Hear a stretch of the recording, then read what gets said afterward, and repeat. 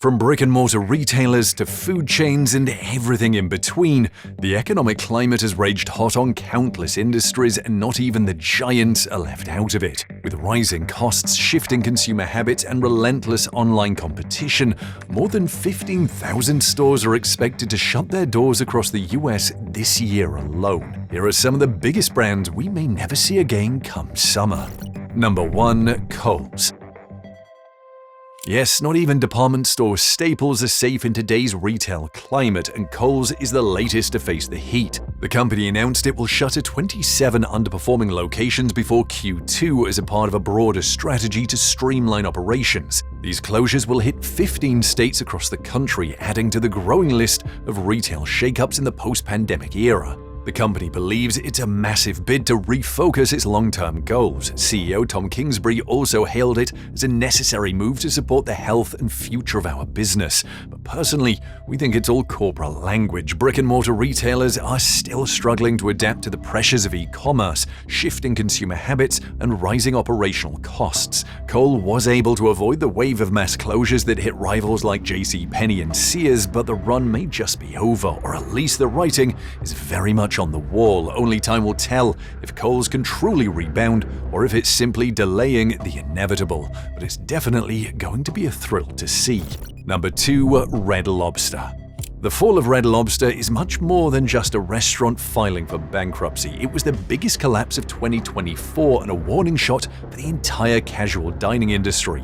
Yeah, it truly stings. Once a go-to for seafood lovers across the country, generations celebrated birthdays, anniversaries, and even graduations there. But what brought it down is a mix of bad business calls and poor long-term thinking. It all started when Darden Restaurants handed over Red Lobster to Golden Gate Capital. On the surface, it looked like a fresh start, but Golden Gate financed the deal by selling off the properties in a sale-leaseback deal. That left the company tied to a ton of long-term leases at rates they couldn't really afford. It's kind of like paying rent on buildings that you no longer stay in.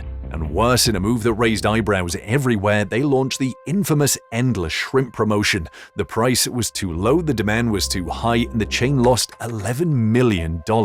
Hundreds of locations were shut down, speeding the chain's path to a bankruptcy filing. But that's not to say poor marketing alone sunk Red Lobster. Mismanagement under Thai Union, its majority shareholder, played a major role. Aggressive cost-cutting and poor decisions weakened the brand, and by early 2024, Thai Union was so desperate to exit that it took a $530 million loss to walk away. But even her new owners confessed that the Endless Shrimp was the final nail in the coffin for the venerable chain. Think they're walking on thin ice though? Wait until you hear about Number 3. Best Buy.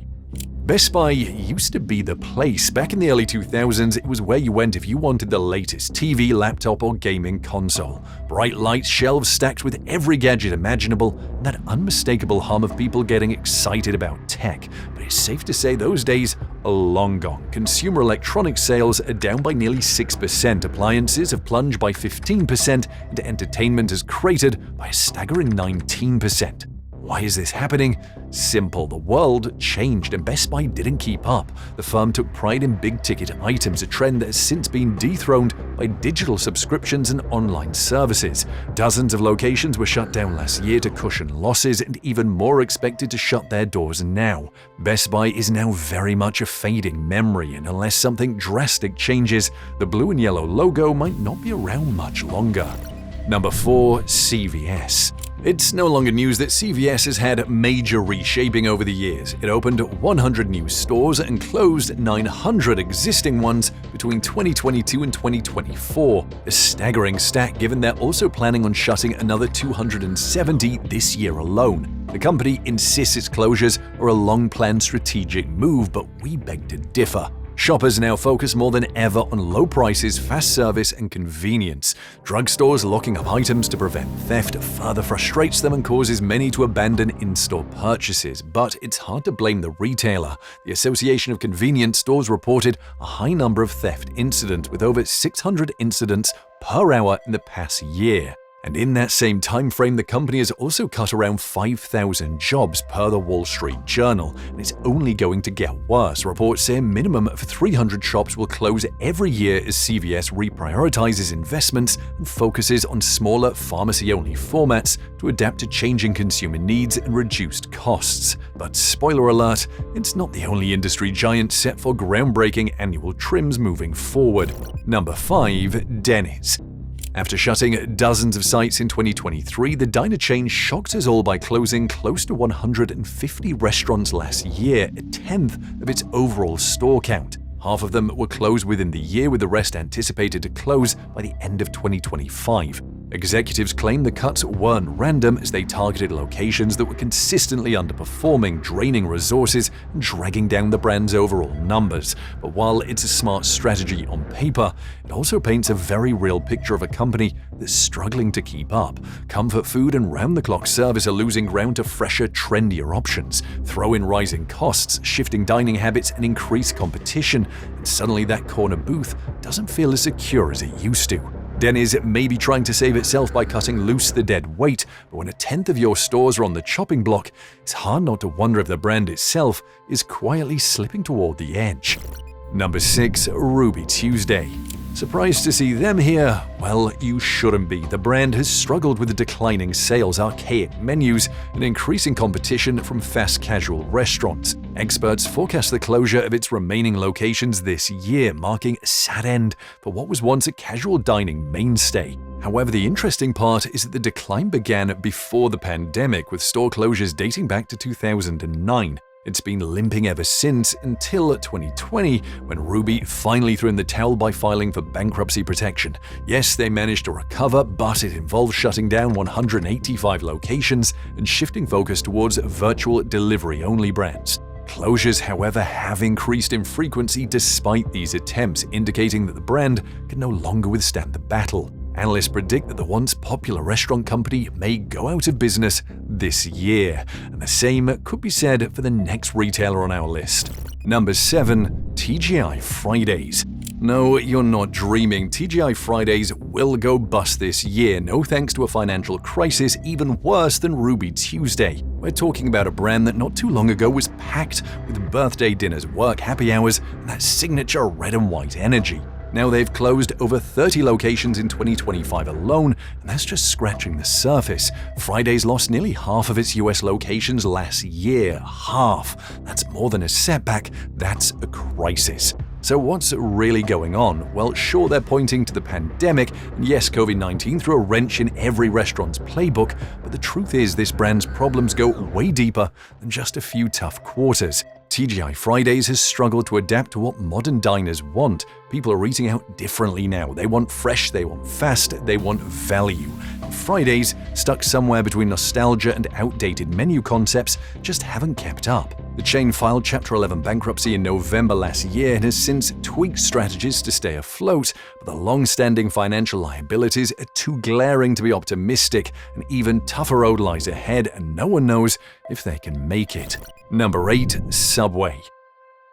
Year after year, people have speculated about Subway's downfall, but 2025 might actually be the year it finally takes that nosedive. After decades as the reigning champ of fast food sandwiches, the once ubiquitous chain is preparing to shutter a significant number of its locations this year. Yes, Subway's been outpaced by consumer trends and squeezed by smaller, craftier sandwich competitors, but the sheer scale of its retreat is still jarring. The brand has lagged in updating its offerings, and worse yet, ongoing concerns about ingredient quality haven't helped its case. Right now, Subway is standing at a make-or-break moment. It either reinvents itself or fades into fast food obscurity. Its half-hearted attempts, like minimal menu overhauls and slightly sleeker store designs, feel more like a band-aid on a broken leg. Only an open-heart surgery could raise it from the abyss, and it's very unlikely for that to happen, for now at least. Number 9. Rubios. Rubios' Coastal Grill wasn't exactly the biggest bird in the industry. However, she was once one of the fast casual spots that had real promise. Fresh coastal vibes, fish tacos that hit just right, and a footprint that stretched across the West Coast. But all that came crashing down at the tail end of 2024, and not quietly either. In June, Rubio abruptly shut down 48 locations across California. Why so sudden? Well, timing had a lot to do with it. The closures came just after California rolled out its new $20 minimum wage for fast food workers. For chains like Rubios that were already walking a tightrope financially, that kind of wage increase was the final shove. The company filed for bankruptcy shortly after, its second time since the pandemic. But this isn't just about Rubios, it's part of a wider wave hitting mid-tier chains across the country. It feels like we're watching the industry shed skin in real time. Now, Rubio might have been a victim of higher wages, but it was also part of a larger story of rising costs, changing consumer habits, and brands that didn't pivot fast enough. Rubio's is trying to stay afloat under new management, but there's no guarantee it'll bounce back. This one hurts because Rubio stood for something different in the fast casual space. Now up next is a retailer we never expected. Number 10. American Freight. It's not every day you hear about a national furniture chain shutting down all its stores at once, but that's exactly what's happening with American Freight. All 328 stores across the country are being shut down after years of struggling to stay relevant in a tough market. But while many believe the problem was solely tied to the retailer itself, it's actually tied to the financial implosion of its parent company, Franchise Group. You see, FRG has been feeling the heat from persistent inflation and broader economic pressures, especially in the large durable goods sector, things like furniture and appliances. American Freight was the weakest link in the company's lineup, so when FRG needed to make cuts, it was one of the first on the chopping block. Closing sales began as early as November, and all 328 stores are set to be shuttered in the following months, no questions asked. Number 11. Walgreens. Once a staple of the American corner store landscape, Walgreens is now facing one of the largest downsizing efforts in its history. The pharmacy giant plans to close about 1,200 US locations over the next 3 years in an aggressive move to salvage its struggling retail operations. That's right, 500 stores are already slated to close just this fiscal year, with more to follow. So what exactly went wrong? Well, a lot actually. Walgreens is getting squeezed on both ends as prescription reimbursement rates have dropped while operating costs have soared through the roof. But that's just scratching the surface. Online competition is fierce and shoppers now prefer to skip the hassle of a physical experience. Add in changing consumer behavior where buyers are prioritizing cheaper alternatives, and you can see why the writing is on the wall. Number 12. Boston Market. From over 1,100 locations in the 90s to just 27 at the end of last year, Boston Market's fall from grace has been nothing short of tragic. But while you'll be forgiven for thinking the demise began when the Rohan Group took over in 2020, the truth is more hazy. Boston Market has been quietly losing its footing for over a decade because of changing consumer tastes. Younger demographics found Boston Market's sit-down style difficult to draw in as fast casual dining gained popularity. KFC, for instance, provides comparable food with a fresher appeal. After filing for bankruptcy in 1998, McDonald's scooped up the brand in 2000. It was passed around a few more times before landing in the hands of Engage Brands, a Rohan Group subsidiary that ran the diner down with mediocrity. Boston Market became a magnet for legal and financial woes under poor leadership. We're talking unpaid wages, widespread store closures, court disputes, and a $12 million lawsuit in 2023 that put the brand's name in the headlines for all the wrong reasons. Number 13. Applebees. Whoever said minor falls lead to major lifts probably never witnessed the collapse of Applebees, a story that shows falling behind the curve, even momentarily, can be a slow, agonizing slump into oblivion. Unlike others on this list, Applebees hasn't filed for bankruptcy, not yet anyway, but when you look at the numbers, you might wonder if it's only a matter of time. They opened just 10 new locations in 2023 while shutting down 46. That number jumped to 35 last year, and analysts aren't optimistic about 2025. So what's going wrong? Honestly, it's a long list. Applebee's has been losing ground on nearly every front, from outdated menus and inconsistent service to a failure to adapt to the fast-evolving expectations of modern diners. They've also struggled with basic operational safety, pricing models, and staying relevant in a crowded market. Plans of a merger between IHOP and Applebee's parent company could create a slightly more stable sister, but whether that lifeline turns into a rescue or just a delay tactic is still up in the air. Number 14. Sticky's Finger Joint. Now, we know Sticky's Finger Joint isn't a household name like some of the others on this list, but it's still one of the saddest stories you'll ever come across. A few years ago, Sticky's had all the markings of a fast-casual breakout star. Their gourmet chicken fingers were a hit, their branding was quirky and fun, and for a moment it looked like they were poised to take over the chicken game. But fast forward to April 2024 and the chain filed for Chapter 11 bankruptcy, leaving everyone puzzled as to what actually happened. Well, we did a little digging and discovered the brand spread her wings too fast. You see, Sticky's started strong in New York, but their leap into other markets didn't go well. Their Philadelphia store closed down after only 5 months, and the franchising plan never even got off the ground. A bid to recover lost revenue made Sticky raise prices, but that only alienated more of its loyal base. And then legal problems came knocking, a $600,000 lawsuit over a broken lease and a separate trademark dispute. Number 15. The Body Shop.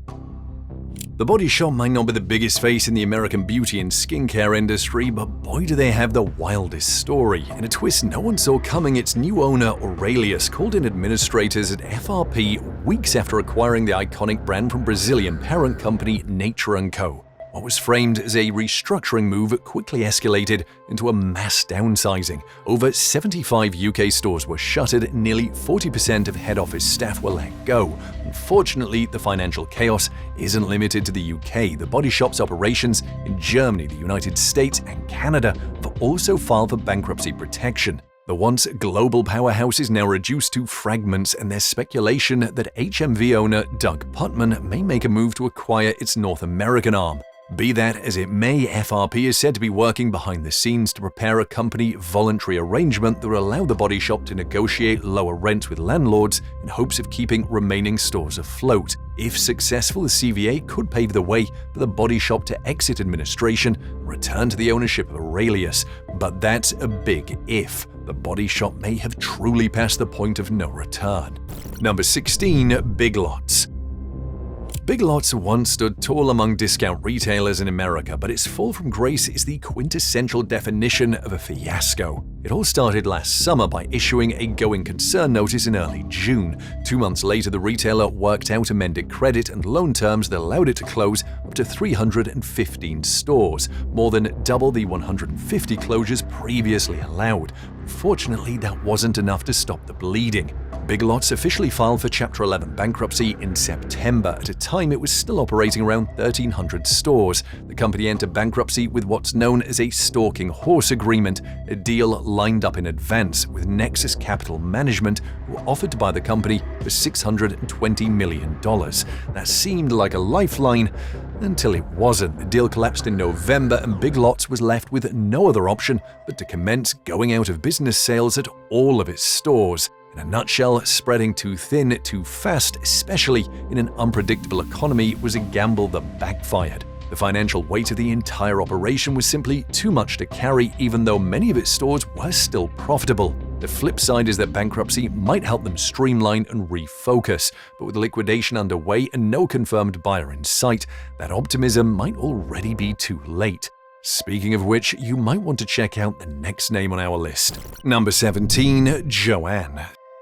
Saying Joanne is a shadow of its former self is a massive understatement. They've been beaten down and beaten once again. Once a go-to haven for crafters and DIYers, Joanne is now unraveling at the seams. The beloved fabric and craft retailer is set to close around 500 stores nationwide, a dramatic downsizing that signals just how serious its financial troubles have become. We're talking sweeping cuts in California, Kentucky, Maryland, Virginia, Delaware, and even West Virginia. Joanne filed for Chapter 11 bankruptcy for the second time in just a year this past January, and it's easy to see why. Weak consumer demand and ongoing inventory shortages have made it nearly impossible to sustain its massive store footprint. The company is urging customers to shop online via the official website or the mobile app, but it's already too late. Joanne is seeking to sell the business, and customers are already gearing up to go shopping at the out-of-business sales at the closing stores. Number 18. J.C. Penney. Founded in 1902, JCPenney grew to 175 stores in 15 years and expanded to 1,000 locations by the time of the 1929 stock market crash and the Great Depression. Everyone loved its affordable pricing and massive appeal, culminating in a 1973 peak operation of over 2,000 stores across the country. So what went wrong? Well, consumer preferences, for starters, shifted toward online shopping and greater discounts. JCPenney failed to adapt and ignored the rise of e-commerce, which is a sharp contrast from retailers like Walmart, which not only embraced digital transformation, but also made it a key part of their strategy. Secondly, JCPenney has been battling financial troubles for years, stemming from declining sales and growing debt. The COVID-19 pandemic in 2020 was the final nail in the coffin, with the retailer filing Chapter 11 bankruptcy. It has since worked with lenders to reduce its massive debt, however, it's only a delay of the inevitable. Number 19. Bua Deepo. If you're squeamish, look away. The family-style Italian chain Bua Deepo has been shuttering locations for years, and there's no indication of an end to the trend in 2025. They closed down several locations in California, Utah, Michigan, and New York last year, citing irreparable damage caused by the pandemic and other market pressures. Less than 45 outlets remain, which is concerning given the Bua filed for Chapter 11 bankruptcy protection about a week after the closures, alleging dwindling sales, rising prices, personnel challenges, and other factors for its financial woes. Now, the business intends to maintain uninterrupted operations at its surviving facilities throughout the bankruptcy process. However, they have sold some of their remaining assets to their lender. Could they make a miracle comeback? Maybe, but don't hold your breath. Number 20. Pizza Hut. It's sad to see the king of pizza fall into the abyss, but it's exactly what happens when brands fail to adapt. A decline began when consumer habits shifted toward fast, convenient delivery, a space where competitors like Domino's thrived by leaning into tech, streamlined delivery, and loyalty programs. Then the COVID-19 pandemic hit, followed by rising inflation, and Pizza Hut simply couldn't keep up. The blow was even more devastating when MPC International, its biggest US franchisee, filed for bankruptcy. With roughly 1,200 locations under NPC, the financial collapse forced the closure of many outlets. By 2020, Pizza Hut had announced it would shut down as many as 500 stores. Ongoing legal disputes with franchise partners and a steady stream of annual closures suggest that Pizza Hut may be nearing the end of the road. If you enjoyed the video, give it a like, subscribe, and tell us in the comments what retailer and food chain you're rooting for the most.